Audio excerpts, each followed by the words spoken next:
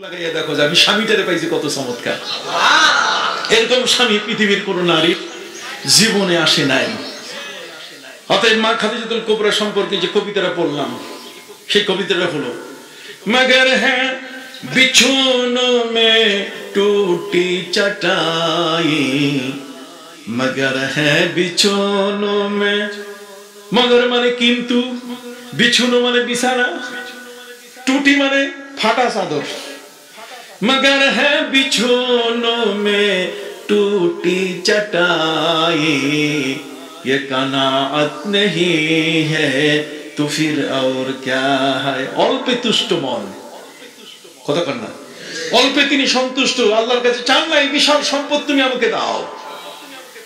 কবি বলছেন তুম দোনো আলম কে মুখতার আলা कि कौनैन में हो जिनका हो बोलो बाला, मगर है बिछोनों में टूटी चटाई, ये कनाअत नहीं है तो फिर और क्या है। है नबी अपनी उभय जगतेर मुख्तार, আল্লাহ আপনাকে পাওয়ারফুল নবী করেছেন। অতএব হযরত আলী রাদিয়াল্লাহু তাআলার আকীদা ছিল কি? হযরত আলী রাদিয়াল্লাহু তাআলার বিশ্বাস ছিল এই যে আসরের নামাজ সূর্য ডুবে যাচ্ছে, কিন্তু নবী তো ঘুমন্ত অবস্থায়, ঘুমন্ত নবীকে ডাকা জায়েজ হবে না। ঘুমের ঘরে কোরআন নাজিল হয়, কতক্ষণ না, এই জন্য নবীকে ঘুমন্ত অবস্থায় ডাকা যাবে না। এখন উনি মাঝখানে পড়ে গেলেন, আছে না শাখের করা, কতক্ষণ না ফাটাবাস বুঝেন, মাঝখানে পড়ে গেছেন তিনি, কথা বুঝতে পারছেন? এই মাঝখানের যে বিষয়টা, যে তিনি এখন নবীকে মাথা সরাই দিয়ে তিনি আসরের নামাজ পড়বেন। আসসালামু আলাইকুম ওয়া রাহমাতুল্লাহি ওয়া বারাকাতুহু। আলহামদুলিল্লাহ আলহামদুলিল্লাহ নাহমাদুহু ওয়া নাস্তাঈনুহু ওয়া নাস্তাগফিরুহু ওয়া নু'মিনু বিহি ওয়া নাতাওয়াক্কালু আলাইহি ونعوذ بالله من شرور أنفسنا ومن سيئات أعمالنا، من يهد الله فلا مضل له ومن يضلله فلا هادي له، ونشهد أن لا إله إلا الله وحده لا شريك له، ونشهد أن سيدنا وحبيبنا وشفيعنا ومولانا محمدا عبده ورسوله صلى الله عليه وعلى آله وصحابه وبارك وسلم. أما بعد فأعوذ بالله من الشيطان الرجيم. بسم الله الرحمن الرحيم.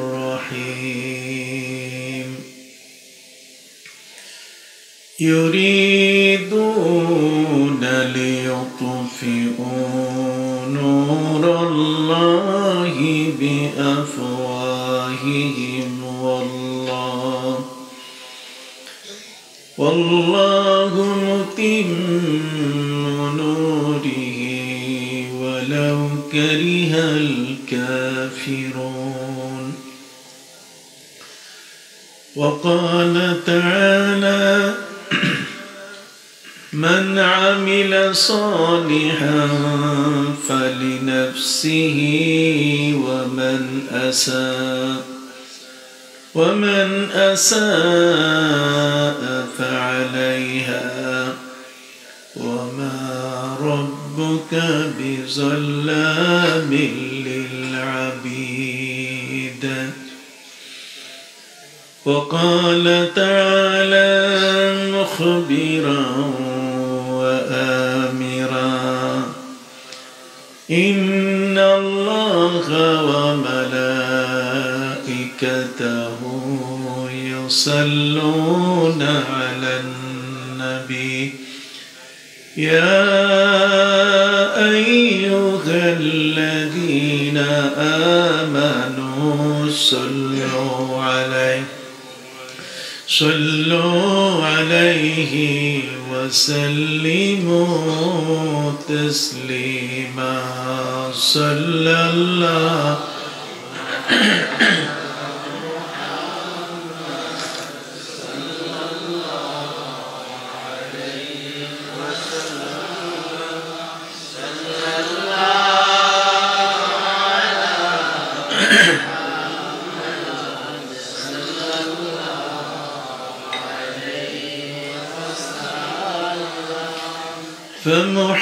فمحمدنا هو سيدنا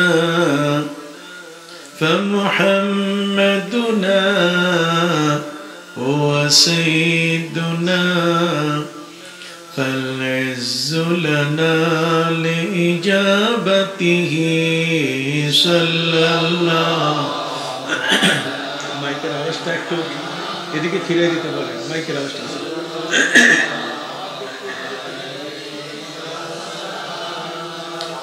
صلى الله على محمد صلى الله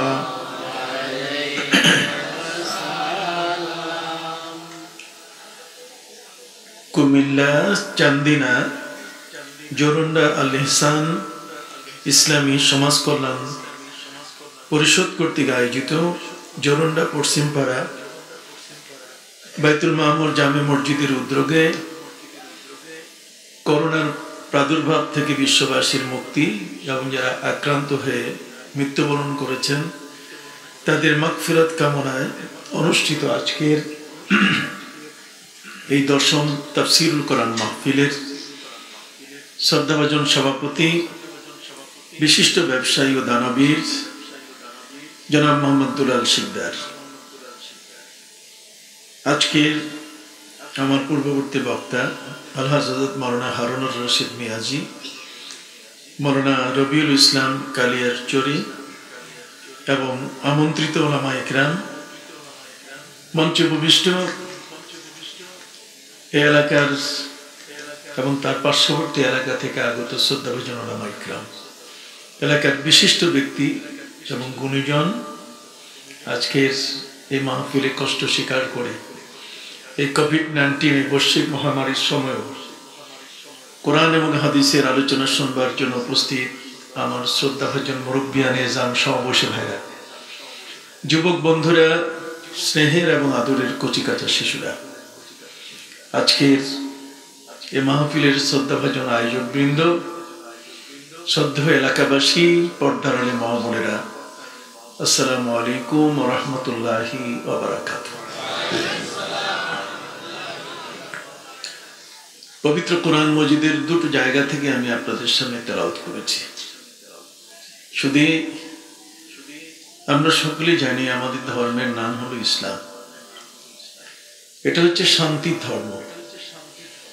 এই শান্তির ধর্মের আকর্ষণ এত বেশি, এই ধর্মটি হচ্ছে ফ্লেক্সিবল ধর্ম।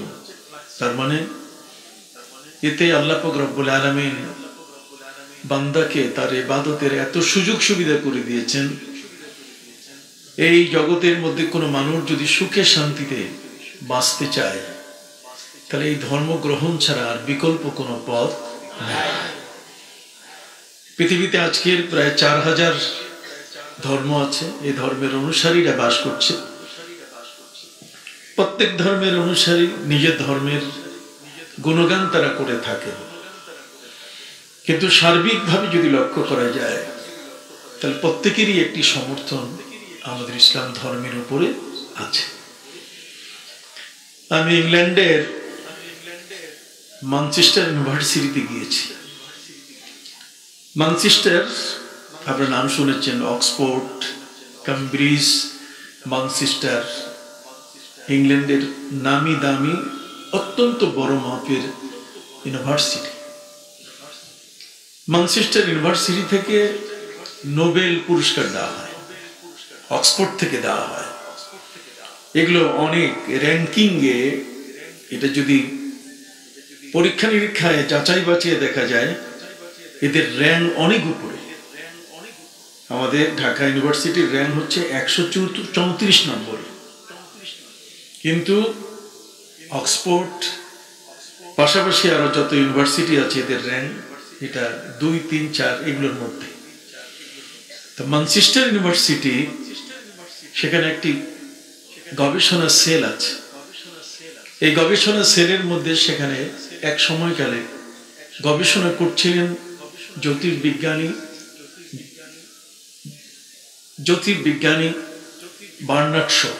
জর্জ বার্নার্ড শ এই গভীর গবেষণায় যখন মগ্ন, তখন দুজন সাংবাদিক তার কাছে এসেছিলেন, তার কাছে কিছু তথ্য নেবার জন্য। জ্ঞানে গুণে যারা ভালো হন তাদের কাছে মানুষ সাধারণত যাতায়াত করে, আসা যাওয়া করে। বিজ্ঞানী যারা, তারা বুঝতে পেরেছেন যে জর্জ বার্নার্ড শ তিনি এমন একজন বিজ্ঞানী, ইতিমধ্যে সকলের মধ্যে তার একটা সুনাম ছড়িয়ে পড়েছে, তার একটা খ্যাতি সর্বত্র। অতএব দুজন সাংবাদিক তাকে তার গবেষণা কক্ষে গিয়ে বলছেন, স্যার, জর্জ বার্নার্ড শ এতই মগ্ন ছিলেন তার গবেষণায় যে তার সেদিকে ফিরে তাকাবার অথবা উত্তর দেবার কোনো সময় ছিল না। যারা সাধারণত মনোযোগী হয় তারা অন্যদিকে মন দিতে পারে না। ঠিক এমনটি ঘটেছে আমাদের ইমাম মুসলিম রহমতুল্লাহ আলাইহির জীবন। আপনি জানেন, যিনি সহিহ মুসলিম লিখেছেন, ইমাম মুসলিম ইবনে হাজ্জাজ আল কুশাইরি রহমতুল্লাহ আলাইহি, তাকে একবার একটি প্রশ্ন জিজ্ঞাসা করা হয়েছিল, কিন্তু এই প্রশ্নের উত্তর তার জানা ছিল না। এই জন্য তিনি ইচ্ছে করে বানিয়ে কোনোভাবে উত্তর দিয়ে পার হবেন এটা চান নাই। তিনি মনে করেছেন যে আমাকে আস্থাভাজন হিসাবে, একজন অভিজ্ঞ ব্যক্তি হিসাবে প্রশ্ন করা হয়েছে, কাজে আমার উচিত হবে এই প্রশ্নটার উত্তর দেয়া, কিন্তু রাইট নাও, এখন এটা আমার জানা নাই। আমাদের দেশে অনেক চ্যানেল আছে, অনেক ইউটিউবার আছেন, অথবা ফেসবুক যারা পরিচালনা করেন এমন লোক আছেন যে প্রশ্নোত্তরে আসর করে থাকেন, এবং যারা যখন যা প্রশ্ন করেন, শুদ্ধ হোক আর অশুদ্ধ হোক, তারা সাথে সাথে সেটা উত্তর দেন। এটা একটা ক্রেডিট মনে করেন। এটি ক্রেডিট নয়। ইমাম আবু হানিফা রাহমাতুল্লাহ আলাইহিকে একবার 17টি বিষয়ে প্রশ্ন করা হয়েছিল। এই 17টি বিষয়ের একটা প্রশ্নের উত্তর তিনি দিতে পারেন নাই। ইমাম আবু হানিফা রাহমাতুল্লাহ আলাইহির মতো একজন ব্যক্তি, যিনি তার জীবনে 4500 ওস্তাদের কাছে লেখাপড়া করছে।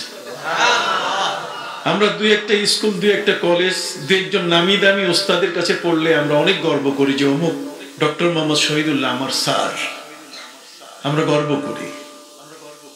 কিন্তু ইমাম আবু হানিফা রাহমাতুল্লাহ আলাইহি যে যুগে জন্ম নিয়েছেন, সেই যুগটা হচ্ছে সাহাবা এবং তাবিঈনের মিশ্রণ যুগ। তিনি জন্ম নিয়েছেন এক বর্ণনায় 67 হিজরি সনে, আর সবার কাছে প্রসিদ্ধ যে জন্মের সনটা সেটা হলো 80 হিজরি সনে। নবী করিম সাল্লাল্লাহু আলাইহি ওয়াসাল্লাম যখন তিনি হিজরত করলেন, এই হিজরত করার 10ম বছরে বিদায় হজের যখন তিনি ভাষণ দিয়েছিলেন, তখন তিনি বলেছিলেন যে আমার সাহাবীরা, দিস ইজ এ লিমিটেশন। আল্লাহর নবী সাল্লাল্লাহু আলাইহি ওয়াসাল্লাম তিনি সাহাবীদের হায়াত সম্পর্কে পৃথিবীর মানুষকে তার বাণী দিয়ে গেলেন যে আমার সাহাবীরা 100 বছর পর্যন্ত বাঁচবে। হিজরতের পর থেকে 100 বছর সাহাবীদের এই যুগে তারা থাকবেন। সাহাবায়ে ইকরাম 100 বছরের পরে আর কেউ পৃথিবীতে থাকবেন না। এটি একটি বড় কঠিন চ্যালেঞ্জেবল একটি কথা। কাফের, বেদিন, মুশরিক যারা, তারা চ্যালেঞ্জ করে বসেছিল যে কি করে এটা সত্য হতে পারে। অথচ নবী করিম সাল্লাল্লাহু আলাইহি ওয়াসাল্লাম ছিলেন পরিণামদর্শী নবী। আল্লাহর নবী সাল্লাল্লাহু আলাইহি ওয়াসাল্লামকে আল্লাহ তাআলা গায়েবের খবর দিতেন। অজানা জগতের খবর তিনি দিতেন। এবং পবিত্র কোরআন মজিদে আল্লাহ বলছেন, যালিকা মিন আম্বাইল গায়বি নুহিহি ইলাইক। হে নবী, এ হচ্ছে গায়েবের জগতের তথ্য, যেটি আপনার কাছে ছিল না, আমি আপনার কাছে রিলে করে দিলাম, আপনার কাছে এটা বর্ণনা করলাম। মিনহুম মান কাসাসনা আলাইক ওয়া মিনহুম মান লাম নাকসুস আলাইক। অনেক রাসূল আছে, তাদের মধ্যে কিছু রাসূলের নাম আপনাকে বলেছি, আর কারো নাম বলি নাই। আবার পরে আল্লাহ তাআলা নবীকে মেসেজ দিলেন, ওয়া কুল্লান নাকুসসু আলাইক। কোন নবী এমন নাই 1,24,000 অথবা 2,24,000 নবী রাসূলের সকল জীবনী, তাদের সিভি, তাদের জীবন বৃত্তান্ত, তাদের কারিকুলাম ভিটা, তার মানে তাদের জীবনে যা আছে পুরো জীবন ইতিহাস আমি আপনাকে সব শুনিয়ে দিয়েছি। ওয়া কুল্লান নাকুসসু আলাইক, কোন অংশ বাকি রাখে নাই। কোন নবীর জীবনে আমার নবীর জানা বাকি ছিল না। আমরা তো সবার জীবনে জানি না। এখানে আজকের যারা বসে আছেন, আমরা একে অপরের জীবনে জানি না, আপনারা আমার জীবনেও জানেন না, আমি আপনাদের জীবনে বলতে পারবো না। অথচ নবী করিম সাল্লাল্লাহু আলাইহি সাল্লাম যে জগতে তিনি এলেন, সেই জগতের মধ্যে জগতে কোনো নবী নাই। নবীজি যখন আগমন করেন, তার পূর্বে প্রায় 600 বছরের দীর্ঘ সময়, আইয়ামে জাহিলিয়াতের এই সময় কোনো নবী আসেন নাই। এই সময়কালে জগতের মধ্যে কোনো নবীর আগমন ঘটে নাই। অতএব নবী করিম সাল্লাল্লাহু আলাইহি ওয়াসাল্লাম হযরত ঈসা আলাইহিস সালামের পরে 570 বছর পরে তিনি কি নিয়েছেন? জন্ম নিয়েছেন। তার সাথে যদি 40 বছরের জীবন যোগ করা হয়, 600 বছরের কাছাকাছি। এই 600 বছরের একটা দীর্ঘ সময় জগতে কোনো নবী রাসূল আসেন নাই। পবিত্র কোরআন মজিদে আল্লাহ বলছেন, ওয়ামা কুন্না মুআযযিবিনা হাত্তা নাবআসা রাসূলা। আমি যতক্ষণ পর্যন্ত কোন জনপদে নবী পাঠাবো না, ততক্ষণ পর্যন্ত সেই জনপদের কাউকে আমি শাস্তি দিব না। আর এই সময়কালে নবী করিম সাল্লাল্লাহু আলাইহি ওয়াসাল্লামের বাবা মা এই পৃথিবীতে কি নবী করিম সাল্লাল্লাহু আলাইহি ওয়াসাল্লামের জন্মের পরে আসছেন? বাপ কি ছেলের আগে জন্ম নেয়? আরে বাবা ছেলের আগে তো জন্ম নেয়, সম্মানিত শুধু। কিন্তু ছেলে কি কখনো বাপের আগে জন্ম নেয়? ছেলে কখনো বাপের আগে জন্ম নেয় না। কাজে আমাদের প্রিয় নবী সাল্লাল্লাহু আলাইহি সাল্লামের পূর্বে তার মা বাবা জন্মগ্রহণ করেছেন। এটা নয় যে মা বাবার আগেই নবী জন্মগ্রহণ করেছেন। জন্মের সূত্র ধরে পৃথিবীতে তিনি মায়ের গর্ভে এসেছেন। সৈয়দা আমেনা তিনি তাকে ধারণ করেছেন। পিতা আব্দুল্লাহ তিনি তার পিতা। অতএব নবী করিম সাল্লাল্লাহু আলাইহি ওয়াসাল্লামের শ্রদ্ধাভাজন দাদা আব্দুল মুত্তালিব। এই বংশ পরম্পরায় আমার আল্লাহ পবিত্র কোরআনের যে আয়াত নাজিল করছেন, সেটা 40 বছরের পরে, ওহীর সূচনা হওয়ার পরে তিনি বলছেন, ওয়ামা কুন্না মুআযযিবিনা হাত্তা নাবআসা রাসূলা। আমি ওই জনপদের মানুষকে শাস্তি দিব না যে জনপদে কোনো রাসূল আমি পাঠাই নাই। তো 600 বছরের কোনো নবী পৃথিবীতে আসেন নাই। তাহলে এই জনপদের মানুষগুলোকে শাস্তি দেওয়া হবে কিনা, তারা জাহান্নামে যাবে কিনা, এই সম্পর্কে মন্তব্য করার দরকার আছে? অথচ একদল লোক কিন্তু মন্তব্য করে বসেছে যে নবী করিম সাল্লাল্লাহু আলাইহি ওয়াসাল্লামের মা বাবা উভয় জাহান্নামে।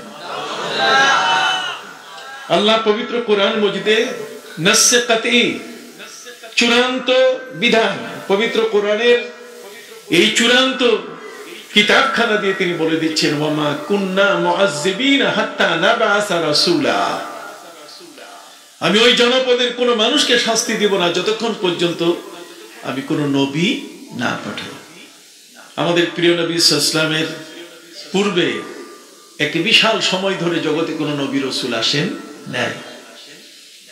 নবী করিম সাল্লাল্লাহু আলাইহি ওয়াসাল্লাম বলেন, যখন আমার কোন উম্মত পৃথিবীর কোন প্রান্ত থেকে যখন আমার উপরে দরুদ পড়ে, সালাম পাঠায়, ফেরেশতা যখন আমার কাছে নিয়ে আসে, তখন আমি এই দরুদ যে পাঠিয়েছে, যার দরুদটা ফেরেশতা আমার কাছে পেশ করছে, এই দরুদটা পাওয়ার সাথে সাথে যে লোকটা এই দরুদ পড়েছে আমি তাকে চিনি, তার বাবাকে চিনি। স্পেশালিটি, একটা বিশেষত্ব আল্লাহ তাআলা তার মধ্যে দিয়েছে। আল্লাহ তাআলা পবিত্র কোরআন মজিদে বলেছেন, ওয়া ইস ক্বালা রাব্বুকা লিল মালাইকাতি ইন্নী জাইলুন ফিল আরদি খলিফা। আল্লাহ তাআলা ফেরেশতাদের বললেন, আমি পৃথিবীতে আমার খলিফা, প্রতিনিধি আমি পাঠাতে যাচ্ছি। এই পৃথিবীর খলিফা, তার মানে এই পৃথিবী নামক যে জগৎটা আছে, যেখানে সূর্য উঠে এবং সূর্য কি ডোবে, এই এতটুকু জায়গার জন্য আল্লাহ তাআলা হযরত আদম আলাইহিস সালামকে পাঠিয়েছেন। আদম আলাইহিস সালাম ইন্নী জাইলুন ফিল আরদ, এই আরদ আরবি শব্দ, এটা ইংরেজিতে আর্থ। ইংরেজি আর্থ আর আরবি আর্থের মধ্যে কি নাই, পার্থক্য নাই। আর্থ মানে পৃথিবী। ইন্নী জাইলুন ফিল আরদি খলিফা, আমি পৃথিবীতে আমার খলিফা, আমার প্রতিনিধি পাঠাচ্ছি। সেই খলিফা কতটুকু জায়গা? শুধু পৃথিবীর জন্য। এই পৃথিবীর চেয়ে আল্লাহর সৃষ্টির পরিধি আরো বড় না? কি বলেন? সাত আসমান, সাত মালাকুত, আলমে খালক, আলমে শাহাদাত, 90,000 আলম। তাহলে ওই সকল আলম এটি আল্লাহ তাআলা কোন নবীর দায়িত্বে দেন নাই। পৃথিবীতে হযরতে বাবা আদম আলাইহিস সালাম এসেছেন এই পৃথিবীকে কেন্দ্র করে। হযরতে মুসা, ঈসা, জগতের মধ্যে হযরতে ইব্রাহিম, ইসমাইল আলাইহিমুস সালাওয়াতু ওয়াস সালাম, তারা এসেছেন এই জগতের জন্য। আর আমার নবী এসেছেন মহাজগতের জন্য। আলামিন, আল্লাহর সৃষ্টি জগৎ, রব্বুল আলামিন বলতে গেলে যতটুকু বুঝাবে, আলামিন বলতে গেলে যতটুকু বোঝাবে, আমার নবী এসেছেন সেই পুরো আলমের জন্য।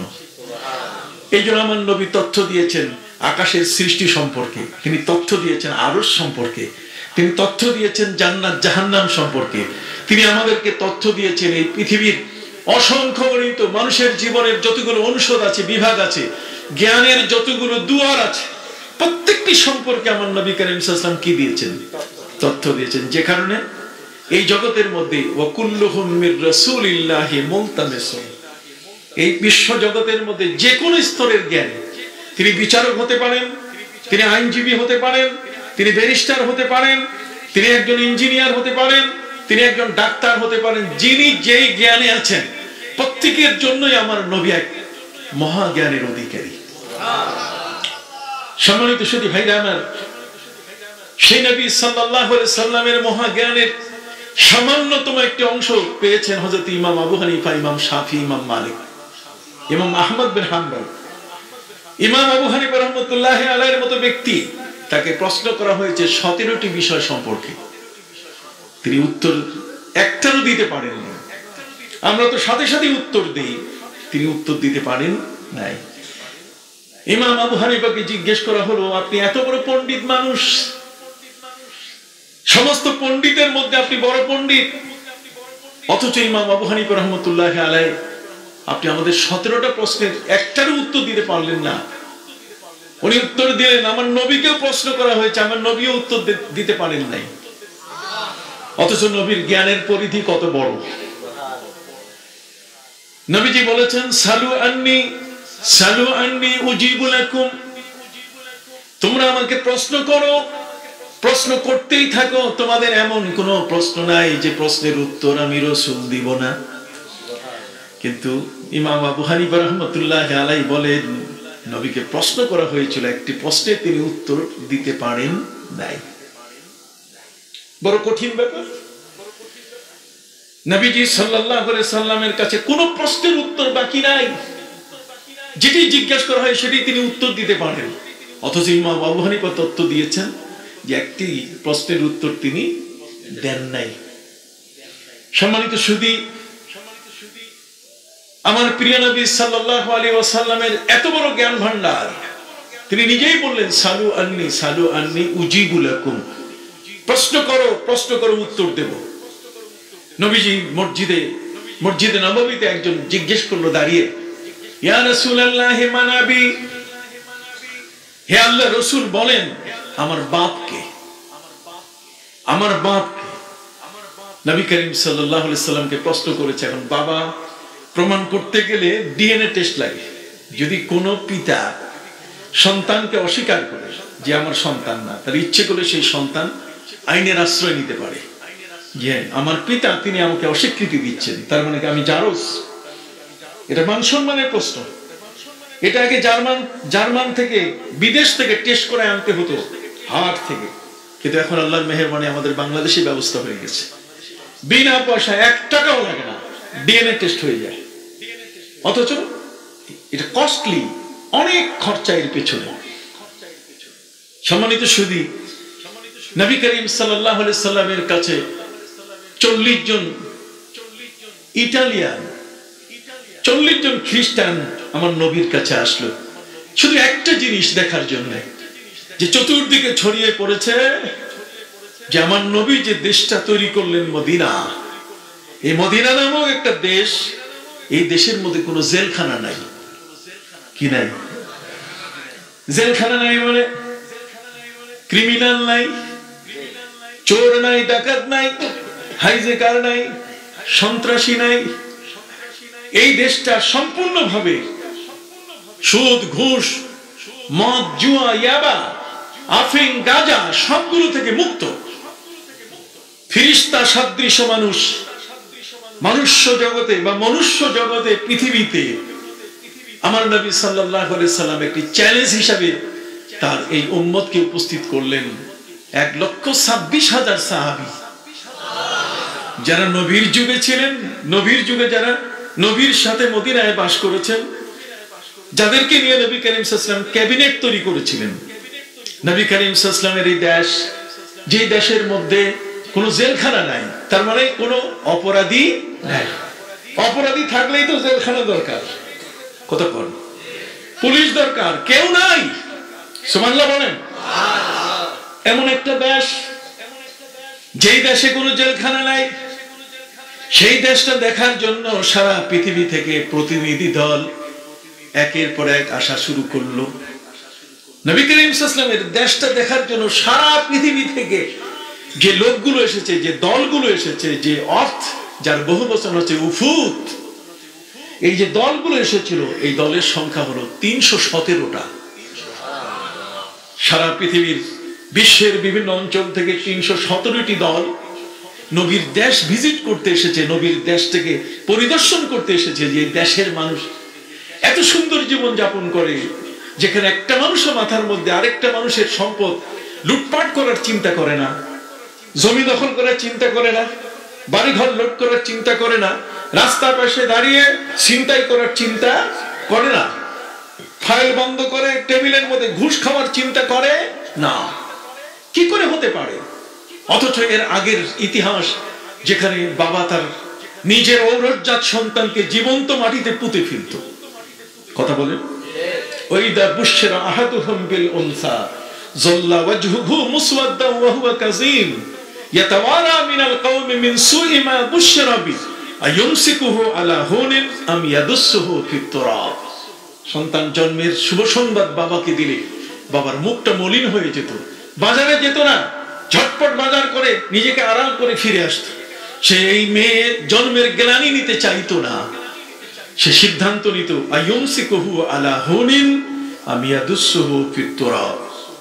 এই মেয়েটিকে হয়তো জীবনে গ্রহণ করে গ্লানি বহন করতে সে রাজি হবে, অথবা তাকে জীবন্ত মাটিতে পুঁতে ফেলবে। নবীর যুগে যদি কোনো ব্যক্তি ঋণ রেখে মারা যেত, পাওনাদারের পাওনা না দিয়ে যদি মারা যেত, আমার কথা বুঝেন তো? পাওনাদারের পাওনা না দিয়ে যদি মারা যেত, তাহলে যে পাওনাদার সে খবর শুনলে ওই লোকটার লাশ কবর থেকে তুলে তাকে লাঠি দিয়ে পিটাত। সমাজ ছিল কত নোংরা। কাবা ঘরের সামনে উলঙ্গ তওয়াফ করত, কি পুরুষ কি মহিলা, যেখানে ছিনতাই, ডাকাতি, অন্যায়, অপরাধ, অত্যাচার, পাপাচার সবকিছুই বিদ্যমান ছিল। মদের মটকা ছিল তাদের ঘরে, মদ পান করে করে তাদের জীবনকে তারা আনন্দ উল্লাসের মধ্যে নিয়ে গিয়েছিল, বিভোর ছিল। এখন তো ক্যাসিনো, অমুক তমুক, এটা পরিমাণে কম, কিন্তু সেই যুগে ঘরে ঘরে মদ ছিল। কাজেই যত কবি ছিলেন তাদের কবিতা 1 নম্বর কবিতা হতো না যতক্ষণ পর্যন্ত মদের বিবরণ না দেওয়া হতো। এজন্য কুস ইবনে আয়েদ আস-সিয়াদি, সাইদি, ঠিক অনুরূপ ভাবে ইমরুল কায়েস, আন্তরা ইবনে শাদ্দাদ, ঠিক এমনি করে আবু নওয়াজ অনেক পরে। আবু নওয়াজ এসেছে খলিফা হারুনুর রশিদের যুগে। কথা বুঝতে পারছেন? সম্মানিত সুধী, নবী করিম সাল্লাল্লাহু আলাইহি ওয়াসাল্লামের ওই সময় বা সময়কালে বা তার পূর্ব সময়ের মধ্যে কবিতা ছিল এমনই যে মদের বর্ণনা করা ছাড়া অন্তত 10 লাইন মদের কি থাকতে হবে, প্রশংসা থাকতে হবে, তারপরে সেই কবিতাটা গ্রহণযোগ্যতা পেত। আপনি কি বুঝতে পারছেন? সেই সমাজটাকে নবী করিম সাল্লাল্লাহু আলাইহি ওয়াসাল্লাম সম্পূর্ণ মুদ্রার এপিড ওপিড করে ফেললেন। যেখানে চোর ছিল, ডাকাত ছিল, সন্ত্রাসী ছিল, বাটপার ছিল, গুন্ডা ছিল, সেই সমাজটাকে পরিবর্তন করে নবী করিম সাল্লাল্লাহু আলাইহি ওয়াসাল্লাম ফেরেশতার সমাজ বানিয়ে দিলেন।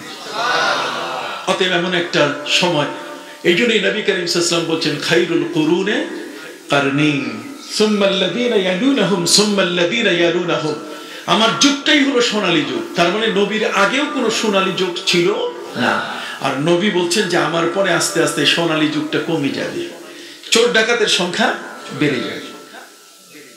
সম্মানিত সুধী, আমাদের প্রিয় নবী সাল্লাল্লাহু আলাইহি ওয়াসাল্লাম এমন একটা দেশ তৈরি করলেন, পুরো দেশের মানুষ তো নবীকে দেখেছে, এবং যারা ঈমান এনেছে তাদের জীবনটা হলো ধন্য, এবং তারা কেউ গুনার কাজে জড়িত হন নাই। তারা পাপকে চিনেছেন। নবী করিম সাল্লাল্লাহু আলাইহি ওয়াসাল্লাম তাদেরকে পাপের ব্যাখ্যা দিয়েছেন। এই পাপের ব্যাখ্যায় তারা এত মনোযোগী ছিলেন যে নবী করিম সাল্লাল্লাহু আলাইহি ওয়াসাল্লামের প্রত্যেকটা শব্দকে তারা হৃদয়ঙ্গম করেছেন, এবং গুনাহ কাকে বলে এটাকে তারা চোখে দেখেছেন। গুনাহটাকে চোখে দেখার মতো তাদের সুযোগ হয়েছে, যে কারণে আমাদের প্রিয় নবী সাল্লাল্লাহু আলাইহি ওয়াসাল্লামের কাছে একজন মহিলা, ইমরাতে গামিদিয়া গোত্রের একজন মহিলা নবীর কাছে এসে বলছে, হুজুর আমি অপরাধ করেছি, আমার উপর আপনি আল্লাহর আইন চালু করেন, আপনি আমাকে শাস্তি দিন। নবীজি বললেন, মহিলারে তুমি তো প্রত্যক্ষ আমাদের চোখে দেখা কোনো অপরাধ করনি, তুমি অপরাধী হিসাবে নিজকে সাব্যস্ত করছো। আমি রাসূল তোমার কাছে বলতে চাই, বলো তোমার অপরাধ কি? আমাদের চোখের সামনে তো তুমি কোনো অপরাধ করনি। দেখেন মহিলা বলছে, নবীজি অপরাধ আমি করেছি জঘন্যতম, যার আলামত আমার কাছে আছে। নবীজি বলেন, মহিলা তোমার কাছে কি আলামত আছে? আমার পেটে একটা অবৈধ বাচ্চা আছে। অতএব এই অবৈধ বাচ্চাটা, এই বাচ্চাটার কারণে আমি কিয়ামতের ময়দানে জাহান্নামের আগুনে জ্বলবো, আমি চাই না। অতএব যেই অন্যায়টুকু আমি করেছি আল্লাহর বিধান অনুযায়ী আপনি আমাকে শাস্তি দেন। একজন নারী, একজন মহিলা ইসলামের আইনের প্রতি কতটুকু সজাগ, পাপটাকে গুনাহটাকে এমন ভাবে চিনে ফেলেছেন যে এই গুনাহটা নিয়ে কবরে যাবে, এই মানসিকতা তার মধ্যে ছিল না। আছে কি আমাদের মধ্যে এমন কেউ যে অপরাধ করে গিয়ে আমরা বলি যে পুলিশ সাহেব? সুধী মণ্ডলী, নবী করিম সাল্লাল্লাহু আলাইহি ওয়াসাল্লামের কাছে মহিলা তার অপরাধের কথা স্বীকার করে বলল নিজে নিজে মুখে যে আমার পেটে একটি অবৈধ বাচ্চা আছে, এটি ব্যভিচার, অন্যায়ের বাচ্চা, এটা জিনার সন্তান, অতএব আপনি আমাকে শাস্তি দিন। নবী করিম সাল্লাল্লাহু আলাইহি ওয়াসাল্লাম বলেন, ঠিক আছে, তুমি তো শাস্তি প্রার্থনা করলে, একজন পুরুষ যদি এই অন্যায়গুলো করে তাহলে মাটিতে গর্ত করে, তাহলে সেখানে এই বুক বরাবর গর্ত করে তাকে দাঁড় করিয়ে পাথর মারতে হবে। আর যদি কোনো নারী এই কাজটা করে তাহলে তাকে বুক বরাবর গর্ত করে সেখানে বসাইয়া এরপর ঢিল মারতে হবে। একজন নারীর যাতে পর্দার কোনো খেলাপ না হয়, শাস্তিটাও একটা নিয়ম। অতএব সেই মহিলা জানে যে নবী করিম সাল্লাল্লাহু আলাইহি ওয়াসাল্লামের এই যুগে জিনার শাস্তি কত কঠিন, তো তারপরও এই অপরাধটা নিয়ে কবরে যাবে এই মানসিকতা তার মধ্যে আর নাই। নবী করিম সাল্লাল্লাহু আলাইহি ওয়াসাল্লাম চেঞ্জ করে ফেলেছিলেন। পাপের মতো একটা বিষাক্ত জিনিস, পাপের মতো একটা ক্যান্সার সাথে নিয়ে কবরে যাবে, সাহাবায়ে কেরামের মধ্যে কেউ রাজি ছিলেন না। নবীজি মহিলাকে বলেন, মহিলা কি বলো তুমি? মহিলা বলছেন, হুজুর জানি না কোন মুহূর্তে মৃত্যুর ফয়সালা হয়ে যায়, আপনি দয়া করে আমার উপরে কোরআনের শাস্তি দান করুন। আল্লাহর নবী সাল্লাল্লাহু আলাইহি ওয়াসাল্লাম বললেন, মহিলা রে, আমি তোমাকে শাস্তি দেব না, তোমার উপরে আমার শাস্তি কার্যকর করার সুযোগ নাই। মহিলা চোখের পানি ছেড়ে দিয়ে বলল, নবীজি তাহলে কি আপনি বলেন আমি অপরাধ করি নাই? আল্লাহর নবী সাল্লাল্লাহু আলাইহি ওয়াসাল্লাম বললেন, তুমি অপরাধ করেছো 100 ভাগই সত্য, কিন্তু তোমাকে আমি শাস্তি দিতে পারবো না। মহিলা বলে উঠলো, কারণ কি? আল্লাহর নবী সাল্লাল্লাহু আলাইহি ওয়াসাল্লাম বললেন, শোনো, তোমার গর্ভের শিশু যেটা আছে এটা তো তোমার অপরাধটা করে নাই। তুমি যে অপরাধ করেছো তোমার গর্ভের শিশুটা সেই অপরাধ করে নাই। কাজে এই শিশুটি নিরপরাধ শিশু, তোমাকে যদি শাস্তি দেই তাহলে সাথে সাথে তারও শাস্তি হয়ে যাবে। আল্লাহর বিধানে তাকে শাস্তি দেওয়ার কোনো নিয়ম আমাকে দেওয়া হয় নাই। কাজে তুমি ফিরে যাও, যেদিন এই শিশু জন্ম নিবে সেদিন তুমি আমার কাছে এসো, আমি তোমাকে সেদিন শাস্তি দেব। সুবহানাল্লাহ বলেন। মহিলা ফিরে যায়, নিজের ঘরে ফিরে যায় মহিলা। আইনের নিয়ম হচ্ছে তার পিছনে গোয়েন্দা নজরে নজরে রাখার জন্য সিআইডি বলেন, ডিবি বলেন, এনএসআই বলেন, ইন্টেলিজেন্স ব্রাঞ্চের কোন লোক তার চোখে চোখে তাকে রাখার ব্যবস্থা করা। কিন্তু নবী করিম সাল্লাল্লাহু আলাইহি ওয়াসাল্লাম তার পেছনে কোন সিআইডি, কোন ডিবি, কাউকে, কোন গোয়েন্দার কাউকে দেন নাই। তিনি জানেন যে আমার উম্মত যে সে গুনাহ চিনে। আমরা কিন্তু এখন চিনি না, আমরা চিনি না। ঘুষের মাল হারাম, সুদ হারাম, তারপরও এটা নিয়েই তো অনেকেরই জীবন কাটছে। সুধী মণ্ডলী, মহিলা 1 বছর পরে বাচ্চা জন্ম দেওয়ার পরে বাচ্চা কোলে করে নিয়ে আসছে। নবীজি তার পিছনে কোনো গোয়েন্দাগিরি, কাউকে তদারকি করার জন্য নিযুক্ত করেন নাই। মহিলা এসে বলছে, হুজুর আপনার কথা অনুযায়ী আমি আবার ফিরে এসেছি, আপনি আমাকে শাস্তি দেন। একটু সুবহানাল্লাহ বলবেন না? আল্লাহর নবী সাল্লাল্লাহু আলাইহি ওয়াসাল্লাম বলেন, মহিলারে আমি তোমাকে এখনো শাস্তি দিতে পারবো না। মহিলা বলে উঠলো, নবীজি আপনি আমাকে এখন শাস্তি দিবেন না, কারণ কি? আমি তো বাচ্চা জন্ম দিয়েছি। নবীজি বলছেন, না, কোরআনের আইন আমার উপরে আছে। সেটা কি? আমার নবীজি তাকে শোনালেন কোরআনের আইন। ওয়ালওয়ালিদাতু ইউরদি'না আওলাদাহুন্না হাওলাইনি কামিলাইন। একজন নারীর বুকে তার সন্তান 2 বছর দুধ খাওয়ার অধিকার রাখে। দুধ পানের অধিকার একটি শিশু তার মায়ের বুকে রাখে কতদিন? 2 বছর। ওয়ালওয়ালিদাতু ইউরদি'না আওলাদাহুন্না হাওলাইনি কামিলাইন। 2 বছর পর্যন্ত দুধের অধিকার তার আছে। ইমাম আবু হানিফা রাহমাতুল্লাহি আলাইহির মতে কোন শিশু যদি লিনেনথিন যদি জন্ম নেওয়ার সময় দুর্বল হয়ে জন্ম নেয়, 2.5 বছর পর্যন্ত দুধ পান করতে পারবে। নবী করিম সাল্লাল্লাহু আলাইহি ওয়াসাল্লাম সেই মহিলাকে বললেন যে 2 বছর দুধ পান করার বয়স তোমার শিশু না হওয়া পর্যন্ত আমি তোমাকে শাস্তি দিতে পারবো না। জোরে বলুন সুবহানাল্লাহ।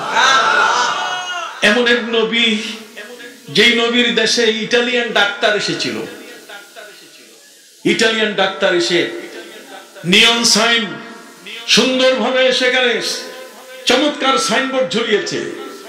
সাইনবোর্ডের মধ্যে লেখা আছে, আমি সকাল 8টা থেকে বেলা 1টা পর্যন্ত রোগী দেখি, আবার বিকাল 5টা থেকে রাত 8টা পর্যন্ত রোগী দেখি। ডায়াগনস্টিক সেন্টার আছে, সবকিছু আছে। 25% কমিশন। আপনি আসেন নবীর মদিনায়, 1 মাস যায়, 2 মাস যায়, 3 মাস যায়, একজনও রোগী আসে না। রোগী নাই। নবীজির মদিনার মধ্যে কোনো রোগ নাই, রোগী নাই। কি আজব ব্যাপার, রোগ নাই, রোগী নাই। কারণ পৃথিবীর বিজ্ঞানের অবাক হয়ে গেছে। একটা মানুষ তার যদি প্যারালাইজড হয়, একখান হাত একখান পা যদি কি অবশ হয়ে যায়, সেখানে বিজ্ঞানের নিয়ম হচ্ছে যে আরেকটা হাত দিয়ে ওই হাতটাকে ধরে রাখা, একটা হাত দিয়ে আরেকটা হাত কি ধরে রাখা। মানুষের যে ডাইন হাত এটা হচ্ছে পজিটিভ, আর বাম হাতটা হচ্ছে নেগেটিভ। কথা বল, ডাইন হাত আর বাম হাত একটা হচ্ছে পজিটিভ। পজিটিভ বুঝেন? যেখানে হাত দিলে কারেন্ট ধরে না, না ধরে। Positive negative. আর নেগেটিভ হচ্ছে যেখানে জীবন যাওয়ার কি আছে, আশঙ্কা আছে। তো পজিটিভ এবং নেগেটিভ দুইটা যদি একসাথে মিলে তাহলে কি আগুন জ্বলে। মানুষের দেহের মধ্যে বিদ্যুৎ তরঙ্গ আছে, আর বিদ্যুৎ তরঙ্গের মধ্যে ডান হাতটা হচ্ছে পজিটিভ, এখানে ডান হাত এটা বিদ্যুৎ পজিটিভ, আর বাম হচ্ছে কি নেগেটিভ। কাজে যদি প্যারালাইজড রোগী হয়, বিজ্ঞানীরা বলছে ওই রোগের চিকিৎসা হলো যে ডাইন হাত যদি বাম হাতের উপরে ধরে রাখে তাহলে আস্তে আস্তে সে প্যারালাইজড রোগ থেকে মুক্তি পাবে। মুসলিম নামাজিদের প্যারালাইজড কম হয় না, তার কারণ এরা নামাজের মধ্যে বাম হাতের উপরে কি ডাইন হাত রাখে। সুবহানাল্লাহ বলেন না? বাম হাতের উপরে কি রাখে? ডাইন হাত রাখে। এই বাম হাতের উপরে ডাইন হাত যখন রাখে তখন এই ডাইন হাতের যে বৈদ্যুতিক একটা চালনা, তার মধ্যে যে একটা শক্তি, এর বিচ্ছুরিত হয় বাম হাতের উপরে। এই জন্য এই হাতটা আরো সবল হয়ে যায়। সুবহানাল্লাহ আসতে কইলেন। সম্মানিত সুধী ভাইরা আমার, ইসলামের বিধান হলো যে আপনি কখনো 24 ঘন্টা চোখ বন্ধ করে রাখবেন না। চোখ বন্ধ করে রাখবেন না, 24 ঘন্টা চোখ খোলাও রাখবেন না। নবীজি বলছেন, বলে জাসাদিকা আলাইকা হাক্কুন ওয়া আইনাইকা আলাইকা হাক্কুন ওয়া জাওজিকা আলাইকা হাক্কুন। তোমার দেহের একটা অধিকার আছে, তোমার দুই চোখের একটা অধিকার আছে, তোমার স্ত্রীর একটা কি আছে? অধিকার আছে। এই চোখটা আপনি খোলা রাখবেন তার একটি সময় দিয়ে। আলাম নাজআল লাহু আইনাইন ওয়া লিসানাও ওয়া শাফাতাইন। এই দুইটা চোখ খোলা রেখে যখন আপনি এটার মধ্যে পলক মারছে, উপরের শাটারটা যখন নিচে নামতেছে, শাটার বুঝেন তো, দোকানের ঝাপ, এই দোকানের ঝাপটা উপর থেকে নিচে যদি চোখ একেবারে বন্ধ থাকে তাহলে চোখ পচে যাবে, নষ্ট হয়ে যাবে। আর চোখটা যদি এমনি খোলা থাকে সব সময়, এটা আস্তে করে তার দৃষ্টিশক্তি হারাবে। আর চোখটাকে যদি তার লিমিট টাইমে আপনি যদি রেখে চোখের পলক মারেন, এই যে আমি কথা বলছি চোখের পলক আমার অজান্তে সব মারতেছে, এই যত পলক মারবে তত চোখের মধ্যে ব্যাটারি চার্জ দিলে যেমন কারেন্টের মোবাইলে চার্জ দিলে যেমন ওর মধ্যে চার্জ হয়, চোখের পাতা যত নাড়বে ততই চোখের মধ্যে কি হবে? চার্জ হবে। এটা অটোমেশিন, এটা অটোমেটিক মেশিন আল্লাহ তাআলা চোখের মধ্যে লাগাই দিয়েছে। যেরকম সুবহানাল্লাহ। শুধু তাই নয়, বরং ইসলামের বিধানগুলো এত চমৎকার যে একজন ব্যক্তি উযু করে, যখন উযু করার পরে মাথা মোছা করে না? কথা বলছেন না কেন? মাথা মোছা করলে, মাথা মোছা করার পরে তারপর কি দুই ঘাড়ের উপরে এইভাবে হাতের পানি ছাড়ে না? এটা নিয়ে বিজ্ঞানীরা দারুণ তাদের গবেষণা আমাদের সামনে উপস্থিত করেছে। তারা বলছে যে গোটা দেহের যত রগ, এই রগটাই পিছন দিক থেকে মাথার সাথে যোগ হয়। কাজে এটা পৃথিবীর একটা মানুষের পেছনে তার যে স্পাইনাল কর্ড, তার যে মেরুদণ্ড হয়ে তার পায়ের সাথে জড়িত, এই জন্য স্পাইনাল কর্ড, এই যে জোড়াগুলো আছে, এটা যদি কোনো কারণে এটা কলাপস হয়ে যায়, মানে এর জেলটা যদি, এর ভিতরে একটা ইয়ের মতো আছে, ওই জেলির মতো একটা জিনিস আছে, এই জেলির জিনিসটা যদি সরে যায় তাহলে হাড়ের সাথে লাগলে তখন ওই লোকটা আর কোনো মতেই হাঁটতে পারে না। তখন তাকে শুয়ে থাকতেও সে পারে না, তখন অপারেশন করতে হয়, এটার ভিতরে নাট বল্টু লাগাইতে হয়, জেল তৈরি করে দেয়, হাতের বানানো জেল। এটা যখন একটা আরেকটার সাথে সংঘর্ষ হয় তখন ওই রগগুলো গোটা পায়ের সাথে জড়িত, পা টান পড়ে, তখন আর পা দিয়ে সে হাঁটতে পারে না, পা অবশ হয়ে যায়। বিজ্ঞানীরা গবেষণা করেছেন যে যখন উযু করার পরে এই হাত দিয়ে যখন উল্টা পাশে ঘাড়ের উপরে হাবলিল ওয়ারিদ, এই হাবলিল ওয়ারিদ তার মানে শারকটা, এই শারকটার উপরে যদি পানির একটু হাত মুছে, তাহলে এই দুই হাতের দ্বারা একটা বিদ্যুতের বিকর্ষণ তৈরি হয়ে যায়, যেটা মাথা থেকে তার পা পর্যন্ত যতগুলো রগ, ধমনীগুলোর মধ্যে একটা সার্চ হয়ে যায়, পুরা কি হয়ে যায়? সার্চ হয়ে যায়। ঠিক অনুরূপে উযু করতে গিয়ে আপনি নাকে পানি দিয়ে ঝাড়েন, নাকে পানি দিয়ে ঝাড়েন, যারা নামাজি তাদের সাইনোসিস রোগ হয় না, তার মানে মাথা ব্যথা হবে না, অটোমেটিক নাকে পানি দিয়ে আপনি খালি ঝাড়া দিবেন, তার মানে এটা আল্লাহর কুদরতি একটা ব্যাপার। অসুবিধা হচ্ছে? আসেন, নবীজি কোন দেশ, এবং ইমাম আবু হানিফাকে 17টা প্রশ্ন করা হয়েছে, তিনি উত্তর দিতে পারলেন না, আমি সেখানে যাই। আমরা তো এখন অনেক পণ্ডিত, এখন বুকে হাত বাঁধবো না, নাভির নিচে এটা নিয়ে বিশাল কাণ্ড, কি বলেন ঠিক কিনা? আমাদের বিশ্বাসের জায়গাগুলোতে ঘুম ধরানো হয়েছে, বিশ্বাসের জায়গাগুলোতে আমাদের সেখানে কালিমা লেপন করা হয়েছে। আমরা যেখানে আস্থা রাখি, বিশ্বাস রাখি, সেই জায়গাগুলোকে তারা বলছে যে না, এটা বিশ্বাসের জায়গা নয়। আজকে আমরা একটু কথা বলবো, রাজি আছেন তো? একটু হাতে রাজি আছেন? মারহাবা মারহাবা। সম্মানিত সুধী ভাইরা আমার, আমাদের প্রিয় নবী সাল্লাল্লাহু আলাইহি ওয়াসাল্লাম তিনি বললেন, সালু আন্নি উজিবু লাকুম, তোমরা আমাকে প্রশ্ন করো, তোমাদের প্রশ্নের আমি উত্তর দিতেই থাকবো, আমার কোনো ক্লান্তি নাই। কেন? তিনি গর্ব ভরে তার নিজের একটা পরিচয় তিনি তার উম্মতের কাছে তুলে ধরেছেন এমন একটা শব্দ দিয়ে। তার সাহাবীকে তৈরি করলেন, তার দেশের নাগরিকদের তিনি তৈরি করলেন, যে নাগরিকরা গুনাহটাকে চিনতে পারত এবং সেই গুনাহের শাস্তি নেবার জন্য আমার নবীর দরবারে উপস্থিত হতো। অতএব এই দেশটা এটা মিরাকল, এটা একটা অভিনব দেশ, যে দেশটাকে দেখার জন্য পৃথিবী পাগল হয়ে গেছে। সারা পৃথিবীর মানুষরা এই দেশটাকে ভিজিট করার জন্য, পরিদর্শনে আসার জন্য অস্থির হয়ে গেছেন।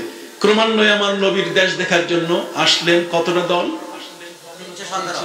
317টি ভিজিটর দল পৃথিবীর বিভিন্ন প্রান্ত থেকে এসছে। তার মধ্যে একটা দল এসছে ইটালির রোম থেকে। ইটালির রোম থেকে ক্যাথলিক খ্রিস্টান যারা 40 জন নবীর কাছে আসছে।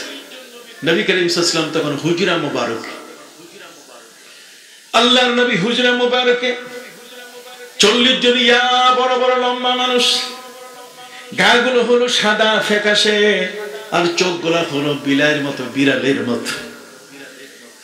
নতুন নতুন লম্বা লম্বা মানুষ দেখে সাহাবায়ে কেরাম চিনতেই পারছেন না এরা দেশি না, এর সবগুলো কি বিদেশি। বিদেশি মানুষ আসছে মদিনায়। নবীজির কাছে খবর পৌঁছানো হলো, নবীজি ইয়া বড় লম্বা বিদেশি মানুষ, একেবারে সাদা, এরা আসছে, নবীজি আপনার সাথে সাক্ষাৎ করতে চায়। নবী করিম সাল্লাল্লাহু আলাইহি ওয়াসাল্লাম তাদেরকে বললেন সাহাবীদের যে তোমরা ওদের মেহমানদারি করো, বসতে দাও ভালো জায়গায়। সাহাবায়ে কেরাম বলেন হুজুর ভালো জায়গা পাবো কোথায়? আপনার বাড়ির কোনো উঠান নাই, কোনো বাংলো নাই, কোনো গেস্ট রুম নাই, কথা বল, একটা মেহমানকে বসাবার জন্য এমন একটা সুন্দর ঘর আপনার কাছে নাই। আপনার কাছে বিয়ে বসে হযরতে মা খাদিজাতুল কুবরা বড় সমালোচনার শিকার হয়েছিলেন। মা খাদিজাতুল কুবরা যখন নবীকে বিয়ে করেন তখন গোটা আরবের মধ্যে তোলপাড় হয়েছে, এত বড় একজন ধনাঢ্য মহিলা, টাকা আছে, পয়সা আছে, স্বামীর তো অভাব নাই, কথা বল। মা খাদিজাতুল কুবরা এমনি বিয়ে করতে রাজি ছিলেন না, তিনি বিয়ে করতে রাজি ছিলেন না। তার কারণ প্রথম যে স্বামীর সাথে তার বিয়ে হয়েছে সেখানে একটা ছেলে জন্ম নেওয়ার পরে সে স্বামী মারা গেছে।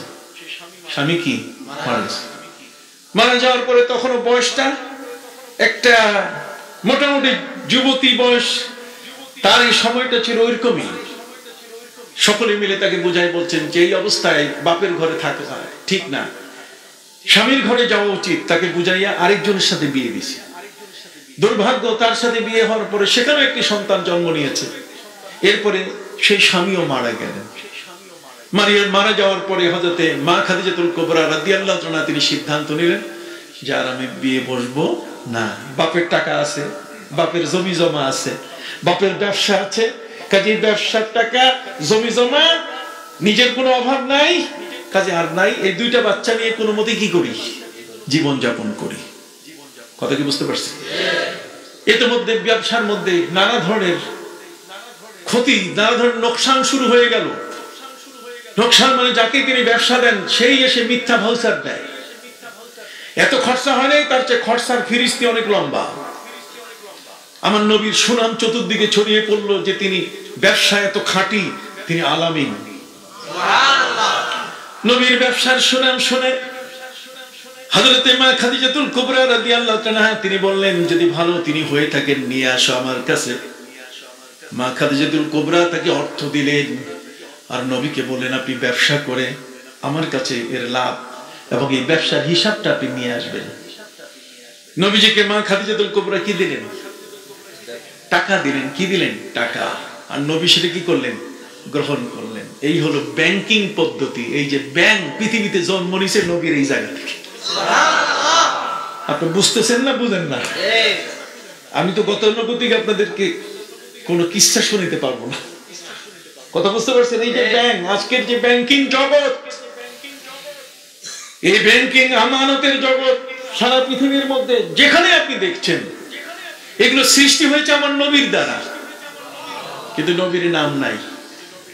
কথা বুঝতে পারছেন? সম্মানিত সুধী, হযরতে মা খাদিজাতুল কুবরা নবীকে অর্থ দিলেন। আর নবী এত বড় আমানতদার, আল-আমিন, তিনি এত বড় বিশ্বস্ত, ওই অর্থ নিয়ে গেলেন তিনি সিরিয়ায়। সামদেশে ব্যবসা, এই ব্যবসার সহযোগী হিসাবে নিজের একটা লোক তো দেওয়া দরকার। এই জন্য মা খাদিজাতুল কুবরা তার গোলাম মাইসারাকে দিয়ে দিলেন, মাইসারা তুমি সাথে যাও, ব্যবসাটাকে হেল্প করো। কিন্তু পাশাপাশি মাইসারা এর আগেও কিন্তু অনেক ব্যবসায়ীর সাথে এই মা খাদিজাতুল কুবরা তাকে যোগ করে দিয়েছিলেন, কিন্তু অভিজ্ঞতা খুব খারাপ। যার সাথে গেছে সেই তার সাথে বুদ্ধি করে বলছে, খবরদার ম্যাডামের কাছে এটা কইও না, এখানে যা হইতেছে ম্যাডামের কাছে কইও না। কাজে একটা বিচিত্র অভিজ্ঞতা হযরতে মাইসারার মাথার মগজের মধ্যে ধরা আছে, একটা চিত্র ধরা আছে যে পৃথিবীর মানুষ ব্যবসা করতে গেলে কত রকম ভাবে দুষ্টামি করে। আমার নবী সাল্লাল্লাহু আলাইহি ওয়াসাল্লাম তিনি ব্যবসা নিয়ে গেলেন সিরিয়ার বাজারের মধ্যে। নবী যখন ব্যবসা শুরু করলেন, মালামাল নিয়ে উপস্থিত হলেন, নামাবার সাথে সাথে কোত্থেকে খদ্দের চলে আসলো মাল নেওয়ার জন্য। খদ্দের কোত্থেকে চলে আসলো যে নবী করিম সাল্লাল্লাহু আলাইহি ওয়াসাল্লামের ওই মুহূর্তে 10 মিনিট লাগে না এই মালগুলো সেল করতে, বিক্রি করতে। এত দ্রুত কখনো মালামাল সেল হয়েছে, বিক্রি হয়েছে, এটা মাইসারা তার এর আগে যাদের সাথে এইভাবে সঙ্গ দিয়ে তিনি এসেছিলেন কোথাও তিনি দেখেন। তিনি নিজে অবাক হয়ে গেলেন মাইসারা, যে দেখি আজব ধরনের এক ব্যবসায়ী, ব্যবসার মাল নামায় নাই তার আগে বিক্রি শেষ, মাল নামায় নাই তার আগে কি বিক্রি শেষ। বাবা কোনো অসুবিধা হচ্ছে? শোনেন, এগুলো শোনার কথা। এই যুবকগুলো কোরআন এবং হাদিসের কথা না জানার কারণে ওরা ওই অফিসার দুষ্ট যারা, ওরা ঘুষ খাওয়ার সুযোগ পাচ্ছে। ওই সমাজের মধ্যে বিত্তবান একদল মানুষ তারা সুদ খাওয়ার সুযোগ পাচ্ছে। কিন্তু এই যুবকরা যদি উমর হয়ে যেত তাহলে একটা হাত দিয়ে বলতো, খবরদার যদি আমার এলাকার একটা মানুষের ফাইল আটকানো হয় অথবা কারো কাছ থেকে যদি সুদ দেওয়া হয় তাহলে তোমার কাঁচা কলিজা বের করবো। তাহলে সমাজের মধ্যে আর কোনোদিন এই দুষ্টরা এই সমাজটাকে নষ্ট করতে পারতো না, কখনোই পারতো না। অতএব হযরতে মাইসারার কথা বলছিলাম, মনে আছে কিনা? মাইসারা এর আগে অনেক ব্যবসায়ীর সাথে তাকে এক করে দেওয়া হয়েছে, যোগ করানো হয়েছে। হযরতে খাদিজা তিনি বলেছেন, মাইসারা তুমি যাও। কিন্তু দেখা গেছে ওরা দুষ্টামি করে করে নানাভাবে এই সব চাতুরি করে টাকা পয়সা পকেটে রাখছে। কিন্তু নবী সাল্লাল্লাহু আলাইহি ওয়াসাল্লাম হলেন এমন এক ব্যবসায়ী, মাল নামান নাই তার আগে বিক্রি কি শেষ। দ্রুত তিনি আবার ফিরছেন, মাল নাই, ব্যবসা তো হয়ে গেছে, এত লাভ হয়েছে ব্যবসায়, যা দাম চাইছে ক্রেতা একজনও বাড়াবাড়ি করে নাই। বেচা কেনার মধ্যে দরদাম হয়, মার্কেটিং যখন কেউ করে তখন কম বেশি দর হয়, অতএব ফাইনাল একটা জোরে আসতে হয়। কিন্তু নবীর প্রথম কথাই ফাইনাল, যা চাইছেন তাই। বড্ড করে কল সুবহানাল্লাহ। দ্রুত ফিরে আসলেন। ফিরে আসাটা হলো এমন, সিরিয়া থেকে মক্কার দূরত্ব কম নয়, অথচ নবী করিম সাল্লাল্লাহু আলাইহি ওয়াসাল্লাম তিনি অল্প সময়ের মধ্যে ফিরলেন। মা খাদিজাতুল কুবরা তিনি মাইসারাকে জিজ্ঞেস করেন, কিরে তোমরা গেলে কখন আর আসলে কখন? আগে যাইতে যাইতে কত সময় যাইতো আর আসতে আসতে কত সময় যাইতো? আয়সা 3 দিন থাকার পরে তারপর হিসাব নিকাশ। কিন্তু আজকে এই ফেরার সাথে সাথে সব হিসাব নিকাশ কমপ্লিট করা হচ্ছে, কারণটা কি? মাইসারা বলছে, ম্যাডাম মানে দুর্দান্ত কাণ্ড, ম্যাডাম আপনি কল্পনাই করতে পারবেন। কি কল্পনা করতে পারবো না বলো? হাঁটা শুরু করছি, রৌদ্র একটু গায়ে লাগে নাই। কেমনে? উনি যেখান থেকে যায় মেঘ ছায়া দিয়ে নিয়ে যায়, এবং এত দ্রুত যে জায়গাটা 100 মাইল জায়গা এটা মনে হচ্ছে 10 মিনিটে পার হয়ে গেছে। মাসাফাতে বাইদা, দূর দূরান্তের পথ, অল্প সময় পা বাড়াইলেই বোধহয় 100 মাইল শেষ। হযরতে বাবা আদম আলাইহিস সালাম শ্রীলঙ্কায় এসেছেন, এখান থেকে তিনি মক্কায় যাইতে মাত্র 33 বার পা উঠাইছেন। 33 কদম। কত কদম? 33। এখন আপনি এটা বিশ্বাস করবেন কেমনে? এটা হচ্ছে আধ্যাত্মিক জগতের এক কথা, আসলে বাস্তব কিন্তু ভিন্ন। বাস্তবতা হচ্ছে এটাই যে আল্লাহ তাআলা এই মাটি হোক যাই কিছু হোক, এটা আল্লাহ তাআলা এই সমস্ত মহান ব্যক্তি যারা, ইভেন আল্লাহর ওলি যারা, তারাও ইচ্ছা করলে প্রতি ওয়াক্তের নামাজ মক্কা শরীফে গিয়ে মদিনা শরীফে গিয়ে পড়ে আসতে পারেন। ঠিক এই ধরনের একজন ওলির সাথে আমার নিজের দেখা হয়েছে। আমি ম্যান আমার সাথে দেখা হয়েছে। হাফেজ আব্দুল সাত্তার নাম, অনলি হাফেজ। সেই মানুষটি মক্কায় নামাজ পড়ে আবার ফিরতেন। বলবেন যে হুজুর বিশ্বাস করলেন কেমনে? উনি মক্কায় গেছেন, বিশ্বাস করলেন কেমনে? বিশ্বাস করবো না? আমি তখন দেওবন্দের চুটমলপুরে লেখাপড়া করি, সেখান থেকে আমি দেহরাদুন গিয়েছি। দেহরাদুন মানে চীনের পাশে, অন্তত পক্ষে 300 কিলোমিটার হয়ে যাবে। সম্মানিত সুধী ভাইরা আমার, হযরতে মা খাদিজাতুল কুবরা রাদিয়াল্লাহু তাআলা, যার ঘরের কোনো বাংলো নাই, নবী করিম সাল্লাল্লাহু আলাইহি ওয়াসাল্লামের ফাটা মাদুর, বিছানার চাদর, একটা ভালো চাদর নাই, যে কারণে কবি বলেছেন কি চমৎকার ভাবে আমার নবী সাল্লাল্লাহু আলাইহি ওয়াসাল্লামের অবস্থানকে উল্লেখ করেছেন কবিতার নিজের ভাষায়। তুম দোনো আলম কে মুখতার আলা कि कौनाइन में हो जिनका हो बोलो बाला, मगर है बिछोनों में टूटी चटाई, ये कनाअत नहीं है तो फिर और क्या है, शब रोज उनकी तसव्वुर में रहना, ये अकीदत नहीं है তো ফির আর ক্যা হয়। সকাল সন্ধ্যায় নবীর কথা মনে করি, তার মহব্বতে নিজকে বিলিয়ে দেই, কারণ তুম দোনো আলমকে মুখতারে আলা, হে নবী আপনি উভয় জগৎ, পৃথিবী এবং আখিরাত, উভয় জগতের মধ্যে আপনি মুখতার। আপনি কি মুখতার? তাও মুখতার না, মুখতারে আলা, সর্বোচ্চ মুখতার। আল্লাহ তাআলা আপনাকে পাওয়ার অফ অ্যাটর্নি দিয়েছেন, আপনি পাওয়ারফুল নবী, আপনি যা বলেন তাই। আপনি যদি বলেন ডুবে যাওয়া সূর্যকে এখন উঠো, আমার আলীর জন্য আসর হয়ে যাও, তাহলে সূর্য আর না উঠে পারবে না। ভাইরা আমার নবী সাল্লাল্লাহু আলাইহি ওয়াসাল্লাম হযরত আলী রাদিয়াল্লাহু তাআলা ডানের উপরে মাথা রেখে তিনি ঘুমিয়ে পড়েছিলেন। ওদিকে আসরের সময় হয়ে গেছে, নবীজি ঘুম থেকে উঠছেন না, আসরের সূর্য ডুবে গেল। হযরত আলী রাদিয়াল্লাহু তাআলা ছিলেন নামাজ পাগল, তিনি চোখের পানি ছেড়ে দিয়ে কাঁদা শুরু করলেন। নবীজির কপাল মোবারকে গালের উপরে হযরত আলীর চোখের পানি পড়ল। নবীজির ঘুম ভেঙে গেল, তিনি জিজ্ঞেস করলেন ঘুম থেকে জেগে উঠে, ইয়া আলী মা ইউবকিকা, আলী রে কে তোমারে কান্দালো? আলী বলছেন নবীজি সূর্য ডুবে গেছে, আমি আসর পড়ি নাই। কথা বল না, আসর পড়া তো আল্লাহর হক, কথা বলেন। অতএব সেই আল্লাহর হকটাকে আমি আদায় করতে পারিনি। হযরত আলী রাদিয়াল্লাহু তাআলার আকীদা ছিল কি জানেন? তার বিশ্বাস, দিস ইজ আকীদা। আকীদা ছিল এটাই যে নামাজটা যদি না পড়ি তাহলে এটা আল্লাহর হক আদায় হবে না। কিন্তু যার মাথা মোবারক আমার রানীর উপরে আছে, তার সম্পর্কে একটা বিধান আছে যে নবী যদি ঘুমিয়ে পড়েন, কারো রানীর উপরে যদি মাথা রাখে, তাহলে সেই নবীকে ডাকানো জায়েজ নয়। ঘুমন্ত নবীকে ডাকা যাবে না। আসলে আমরা ডাকি উঠেন ওঠেন, গাড়ি ছাড়তেছে, যাবেন না ডাক্তারের কাছে, কতক্ষণ। কিন্তু নবী ঘুমিয়ে পড়লে ঘুমন্ত নবীকে ডাকা জায়েজ নাই।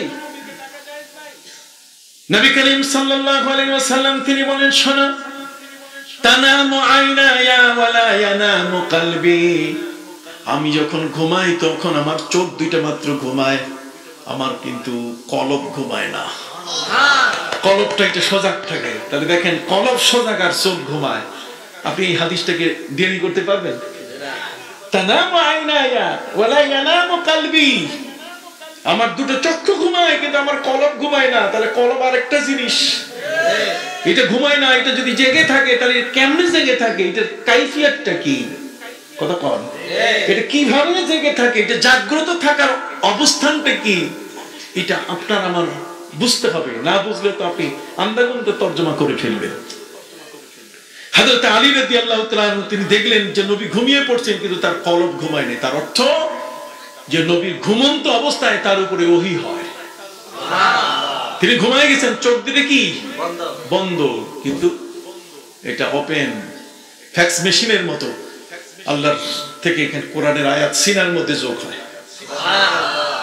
বলবেন যে হুজুর নবী ঘুমন্ত অবস্থায়, রিসিভার নাই, যিনি রিসিভ করবেন, যিনি এটাকে নেবেন তিনি তো ঘুমিয়ে পড়ছেন। তাহলে কলবটা নেয় কেন? কথা বুঝতে পারছেন? কাজে ঘুমন্ত অবস্থায় আসলে কি নবীর উপরে ওহী হয়? আপনি দেখুন, নবী করিম সাল্লাল্লাহু আলাইহি ওয়াসাল্লাম ঘুম থেকে হাসতে হাসতে উঠলেন। নবী কখনো অট্ট হাসি দেন নাই, নবী মিষ্টি হাসি দিয়েছেন। মিষ্টি হাসির বাংলা কি? মিঠা হাসি। মিঠা হাসি কতক্ষণ নাকি মিঠা হাসি, যে হাসিটার মধ্যে স্মাইলনেস, যেটার মধ্যে মিষ্টি আছে, কতক্ষণ না। এগুলো আমরা তর্জমা করতে গিয়ে ভুল করি। মিষ্টি হাসি, নবীর মুখ থেকে হাসি বের হলে সে হাসিটা মনে হয় দেখার মতো একটা হাসি, স্মাইলনেস। নবী যে ঘুম থেকে জেগে উঠলেন, মিষ্টি হাসি তার মুখে।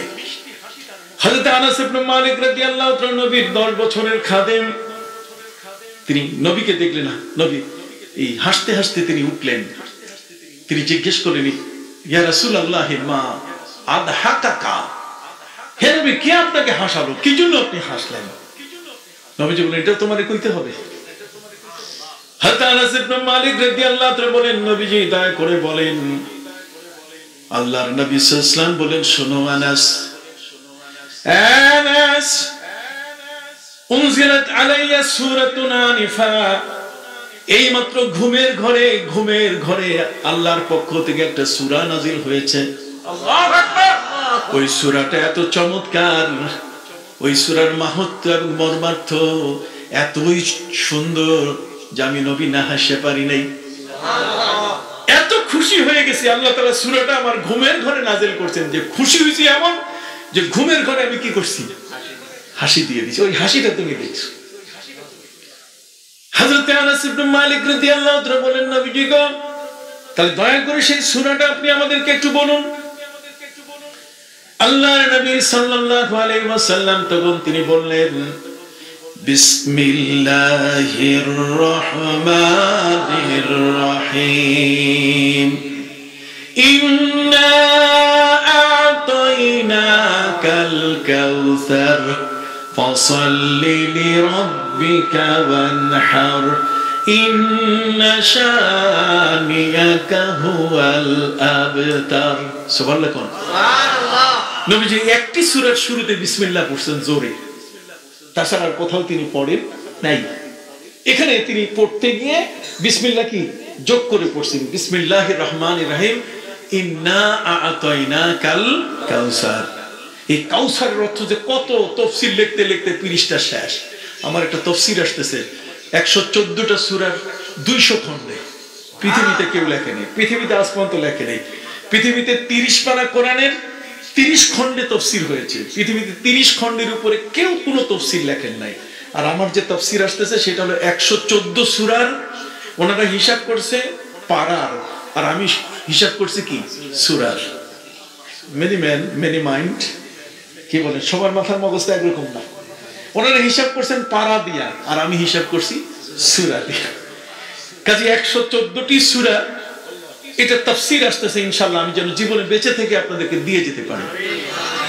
আমার নবী সাল্লাল্লাহু আলাইহি ওয়াসাল্লাম বললেন যে এইমাত্র আমার উপর একটা সূরা নাযিল হয়েছে। ওই সূরাটার মাহাত্ম্য মর্মার্থ এত সুন্দর যে আমি নবী না হেসে পারি নাই। নবী বলছেন, ইন্না আ'তাইনাকাল কাউসার। কাউসার শব্দের অর্থ যদি এটা করা হয় যে আমার উম্মতের সংখ্যা বেশি, তাহলে এর কোনো অংশে ত্রুটি হবে না। কিয়ামতের ময়দানে বাবা আদম আলাইহিস সালাম থেকে নিয়ে আমার নবীর শেষ উম্মত পর্যন্ত, যে মানুষটি সর্বশেষ পৃথিবী থেকে বিদায় নিয়েছে, সর্বশেষ যে লোকটার মৃত্যু হয়েছে, এই সব মানুষকে যখন হাসরের ময়দানে উঠানো হবে, তখন সবগুলোকে কাতার করানো হবে। নবী করিম সাল্লাল্লাহু আলাইহি ওয়াসাল্লাম বলছেন, সর্বমোট পৃথিবীর সকল মানুষকে কিয়ামতের ময়দানে যখন দাঁড় করানো হবে, তখন কাতার হবে 180টা।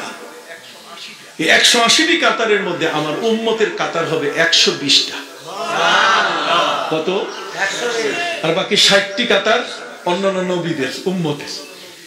এই জন্য নবী করিম সাল্লাল্লাহু আলাইহি ওয়াসাল্লাম বলছেন, খবরদার বিয়ে করলে যেখানে সেখানে বিয়ে করবা না। বিয়ে করলে ওই বাড়িতে করবা যেই বাড়িতে বিয়ে করতেছো, যেই মহিলার, এই মেয়েটা যাকে বিয়ে করবে তার মাকে আগে তুমি অ্যানালাইসিস করে নেবে যে তার মায়ের গর্ভ থেকে সন্তানের সংখ্যা কত।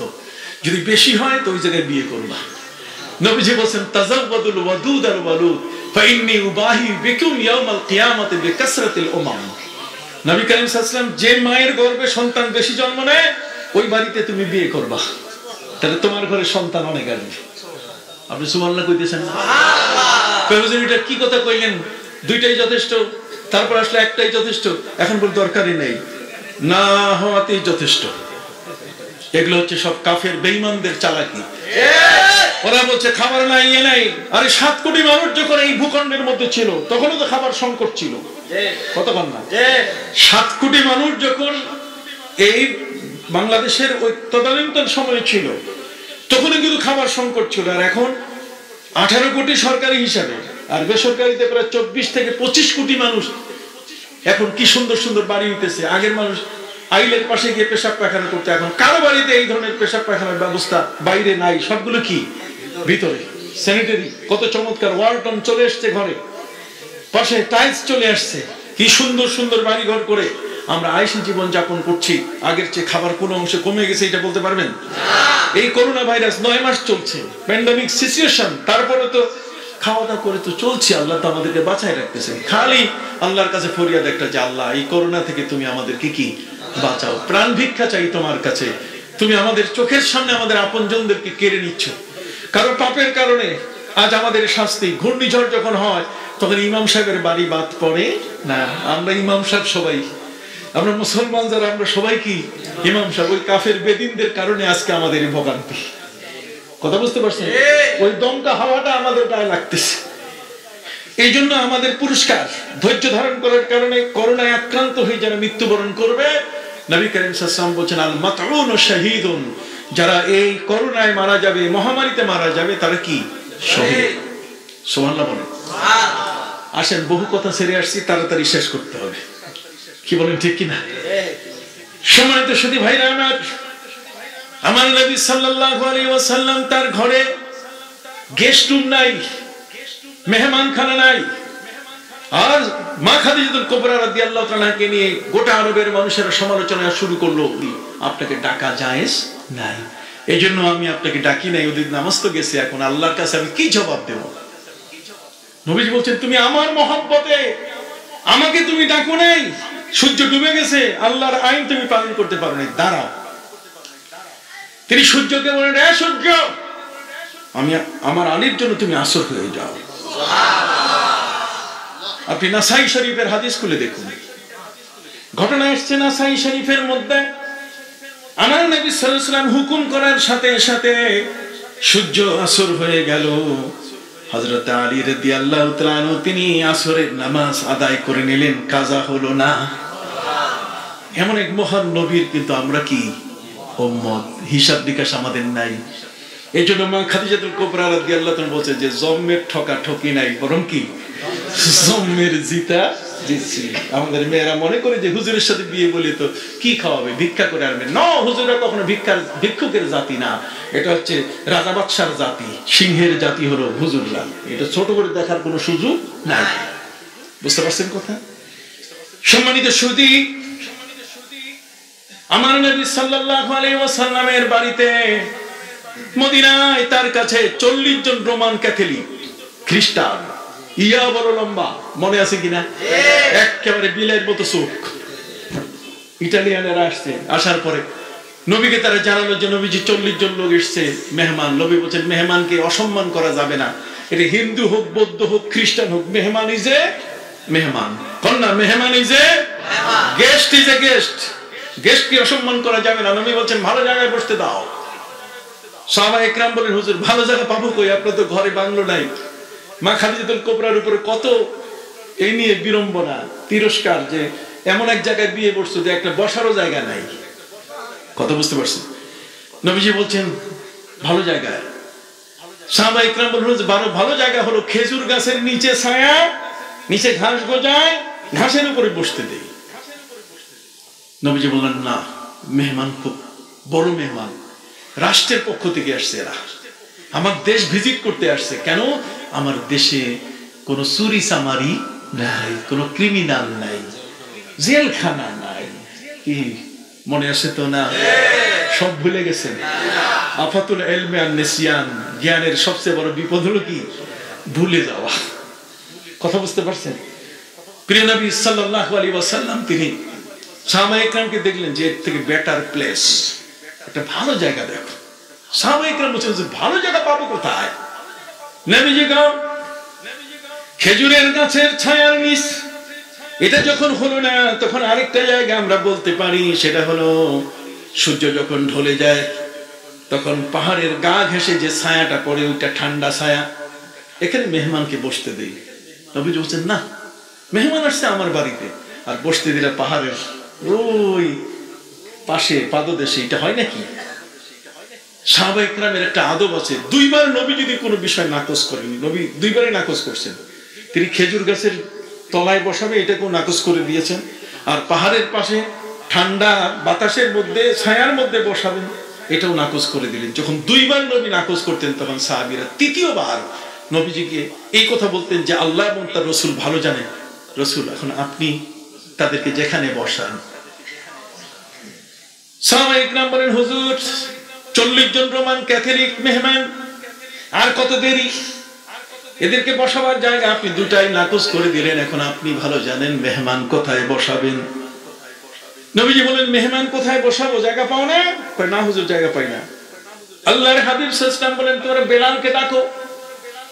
হযরতে বেলাল দৌড়ে এলেন। নবীজি বললেন, 40 জন রোমান ক্যাথলিক বিদেশি খ্রিস্টান মেহমান, এদেরকে আমার মসজিদ খুলে দাও, মসজিদের ভিতরে তাদেরকে বসতে দাও। রোমান ক্যাথলিকের বসার জায়গা কোথায়? মসজিদের ভিতরে তারা বসে গেলেন।